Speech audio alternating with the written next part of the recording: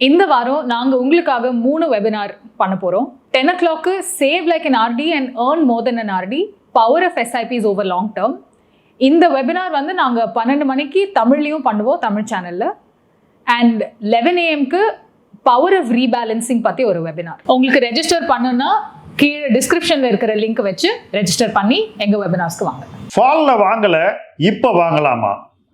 Market இறங்கிக்கிட்டே இருக்கும்போது பொதுவாக எல்லாருக்கும் என்ன தோணும்? இன்னும் கொஞ்சம் வெயிட் பண்ணலாம், இன்னும் கொஞ்சம் இறங்கும், அதுக்கப்புறம் வாங்கலாம் அப்படின்னு தோணும். ஸோ இறங்கும்போது மார்க்கெட்டில் வாங்கிறதுக்கு நமக்கு அவசரமே இருக்காது. சில நேரங்களில் மார்க்கெட் என்ன ஆகும், இறங்குற மாதிரி இறங்கி டக்குனு ரிவர்ஸ் ஆகி மேலே போயிடும். இப்போ நடந்த மாதிரி. இப்போ ரிவர்ஸ் ஆகி மேலே போகும்போது நம்ம ஒரு நாள் வெயிட் பண்ணுவோம், 2 நாள் வெயிட் பண்ணுவோம், ஒரு வாரம் வெயிட் பண்ணுவோம், 2 வாரம் வெயிட் பண்ணுவோம். இதோ கரெக்ஷன் வரப்போகுது, இதோ கரெக்ஷன் வரப்போகுது, வெயிட் பண்ணிக்கிட்டே இருப்போம். பட் அப்போ தான் மார்க்கெட் ஸ்ட்ரென்த் கெயின் பண்ணிக்கிட்டே இருக்கும். ஃபஸ்ட்டு நிஃப்டி ஏறிக்கிட்டே இருக்கும், நிஃப்டியில் வீக்னஸே இருக்காது, ஒரு நாள் கூட நிஃப்டி கரெக்ஷனே வராது. நிஃப்டியை தொடர்ந்து பேங்க் நிஃப்டி ஏறிக்கிட்டே இருக்கும், டெக்னிக்கல் பிரேக் அவுட் வரும் பேங்க் நிஃப்டியில், அது நிஃப்டியை இன்னும் ஸ்ட்ரெங்தன் பண்ணி விட்டுரும். இதுக்கப்புறம் என்ன ஆகுதுன்னு பார்த்தா மிட் கேப் இண்டெக்ஸ் ஏற ஆரம்பிச்சிடும். சரி என்னடா பண்ணலாம், ஒரு வாரம் பார்ப்போம் அப்படின்னு நினைக்கும் போது ஏறாத எல்லா ஸ்டாக்கும் ஏற ஆரம்பிச்சிடும். இந்த பாயிண்ட்ல தான் நமக்கு என்ன தோணும், மிஸ் பண்ணிட்டோமா, இப்போ கூட வாங்கலன்னா இன்னும் ஏறுமே மார்க்கெட், இது வரைக்கும் மிஸ் பண்ணது போதும், இப்பயாவது நம்ம வாங்குவோம் அப்படின்னு சொல்லிட்டு ஒரு அவசரம், மிஸ் பண்ணிடுவோமோன்ற அந்த பயம் வந்துடும். அதுதான் நம்ம ஃபியர் ஆஃப் மிஸ்ஸிங் அவுட்னு மார்க்கெட்டில் பொதுவாக சொல்கிறது. அப்படி சொல்லியே புளிச்சு போச்சுன்னு வச்சுக்கோங்களேன். ஸோ இந்த ஃபீலிங் இன்னைக்கு வந்துருச்சு. எங்கே நம்ம இந்த ரேலியை கம்ப்ளீட்டாக மிஸ் பண்ணிடுவோமோன்னு. ஸோ யாரெல்லாம் கீழே போகும்போது வாங்குறதுக்கு தயங்கினாங்களோ எல்லாரும் இன்னைக்கு வாங்க ரெடியாக இருக்காங்க. பட் மார்க்கெட் எல்லா நேரங்கள்லையும் நம்மளை சர்ப்ரைஸ் பண்ணுங்க. அதுதான் மார்க்கெட்டினுடைய நேச்சர். நம்ம மார்க்கெட்டோட ஸ்மார்ட்டர் அப்படின்னு நம்ம நினைச்சோம்னா மார்க்கெட் நம்மளை உடனடியாக ஏதோ ஒரு பாயிண்ட்ல நீ ஸ்மார்ட் இல்லை அப்படின்னு ப்ரூவ் பண்ணிடும். ஸோ அடிப்படையில் நம்ம மார்க்கெட்டோட ஸ்மார்ட் இல்லைன்னு ஒத்துக்கணும். That is very very important. ஒத்துக்கிட்டா என்ன ஆகும், கீழே போகும்போது நம்ம கொஞ்சம் கொஞ்சமாக எதை வாங்கணுமோ அதை ஃபோக்கஸ் பண்ணி வாங்குவோம். மறுபடியும் மேலே போகும்போது அட்லீஸ்ட் ஓரளவு ஸ்டாக்ஸை நம்ம சேர்த்துருப்போம். சேர்க்காம விட்டா என்ன ஆகுது, நமக்கு எமோஷன் எல்லாம் மாறி மார்க்கெட் ஏற ஏற நம்ம ப்ரெஷர் அதை விட அதிகமாக ஏறுது. மிஸ் பண்ணிட்டோமோ, எப்போ வாங்குறது, இறங்கவே இல்லையே, ஃப்ரஸ்ட்ரேட் ஆகிடுறோம்.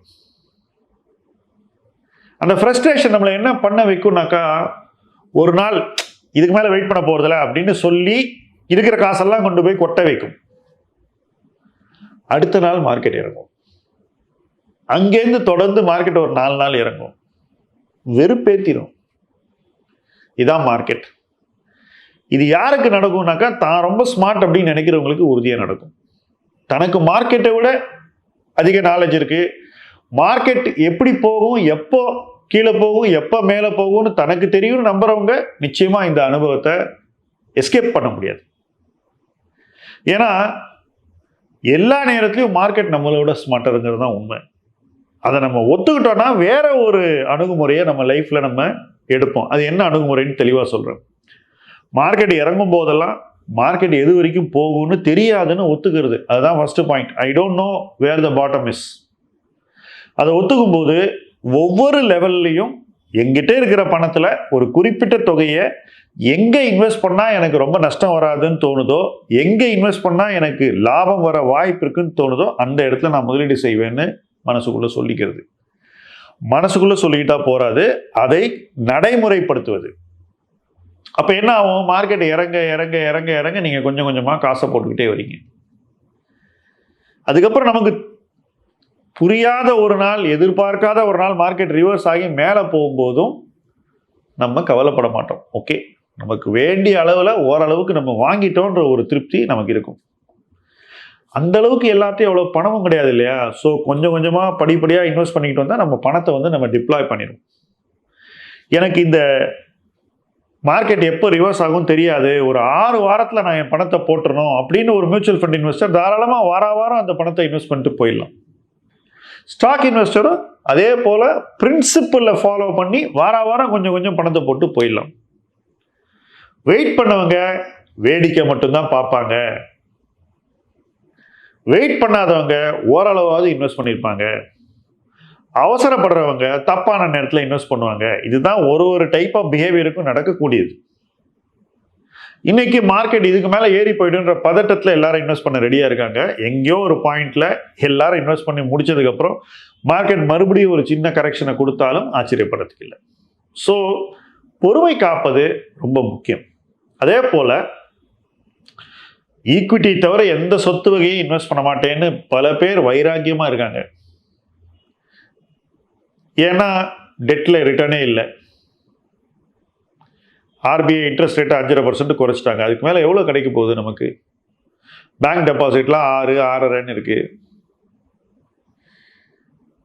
எங்கேயாவது பணத்தை போட்டாகணுமே, பணத்தை சும்மா வைக்க முடியாதே அப்படின்ற அந்த ஒரு கவலை பதட்டம் ஆக மாறி ஈக்விட்டி பக்கம் வருது.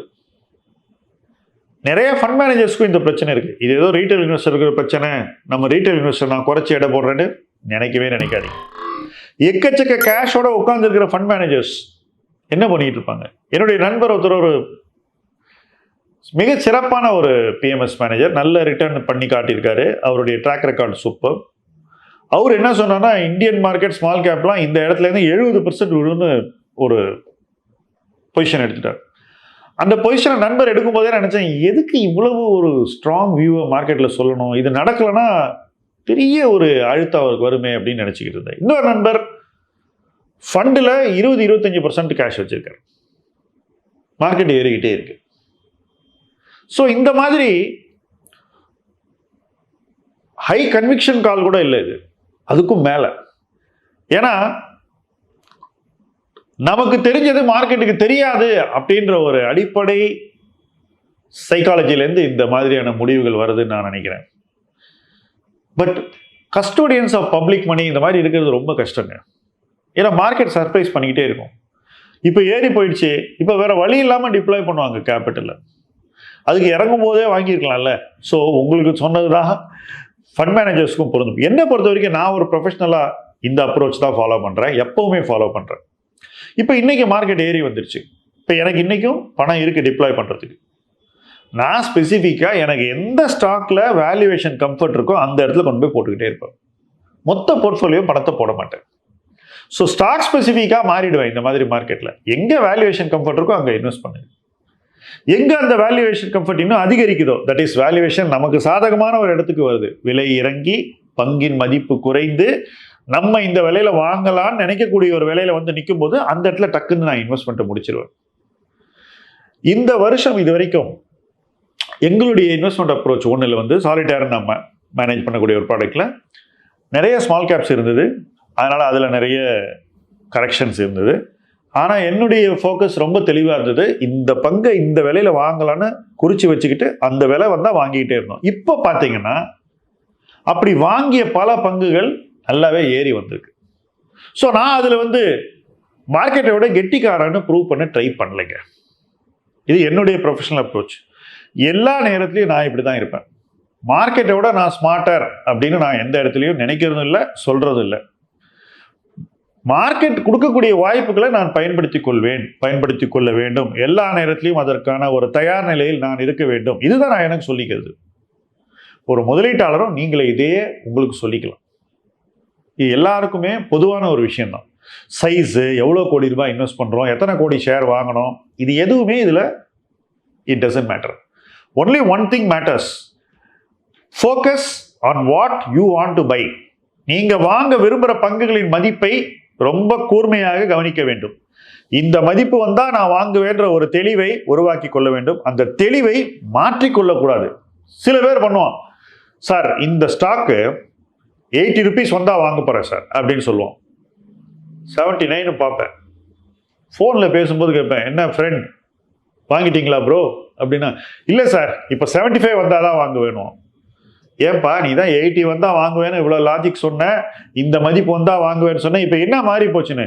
இல்லை ப்ரோ எனக்கு தெரியும் 75 கட்டாயம் வரும். இப்போ என்ன ஆச்சுன்னா 80 வந்தால் வாங்குவேன்றது ஒரு கணக்கு போட்டு எடுக்கப்பட்ட ஒரு டிசிஷன். 75 தான் வாங்குவேன்னு சொல்றது அவர் ஈகோ, வேற ஒண்ணுமே கிடையாது. இப்போ வெயிட் பண்றாரு. ஷேர் 76 வருது, மறுபடியும் எங்கேயோ பேசுகிறோம், என்னப்பா 76 வந்துருச்சே வாங்கலையானா, இல்லைப்பா 75க்கு மேலே நான் ஒரு பைசா கொடுக்க மாட்டேன் அடிச்சு சொல்கிறார் தலைவர்.